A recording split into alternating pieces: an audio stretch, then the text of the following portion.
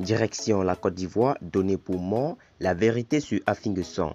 Alors pour plus de détails, après le générique. Avant de commencer, abonnez-vous à la chaîne et activez la cloche de notification car cela va vous permettre de ne plus manquer les prochaines vidéos. Let's go!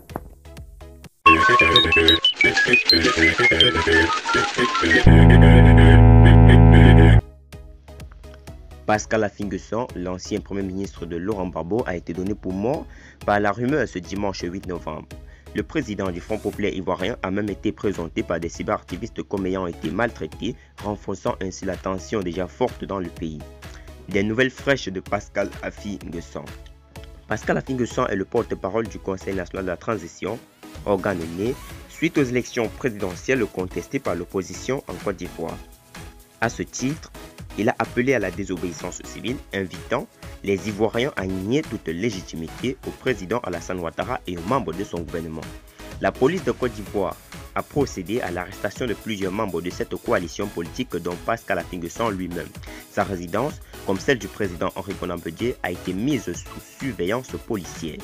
Depuis l'annonce de son arrestation, des fausses nouvelles n'ont cessé de se multiplier sur les réseaux sociaux, Facebook en l'occurrence. Des cyberactivistes dont les livres Facebook confirment faussement un mauvais traitement de Pascal Affinguesson qui, selon eux, aurait été torturé. Certains faisaient circuler des rumeurs de sa torture par électrocution.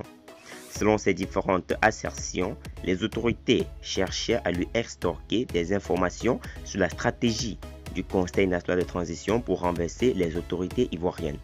Comment le pouvoir ivoirien discrédibilise son opposition? Tout ce vacarme sous le regard amusé des autorités ivoiriennes qui ont laissé enfler la rumeur autour de publier une vidéo de Pascal Affinguesson bien portant, propre et même en train de dîner. Dans la vidéo, le porte-parole du Conseil national de transition donne la date du jour en assurant qu'il n'a jamais été malmené. Voilà qui jette le discrédit sur les cyberactivistes qui projetaient une prise de rue par les populations lundi, disent-ils, pour chasser le pouvoir. Nul doute que la journée de lundi sera comme les autres jours de la semaine passée, c'est-à-dire calme malgré la tension politique dans le pays. À ce niveau, les autorités ivoiriennes ont fait d'une pierre deux coups. Ils ont complètement discrédibilisé leurs opposants activistes sur les réseaux et tué dans l'œuf les manifestations prévues pour lundi.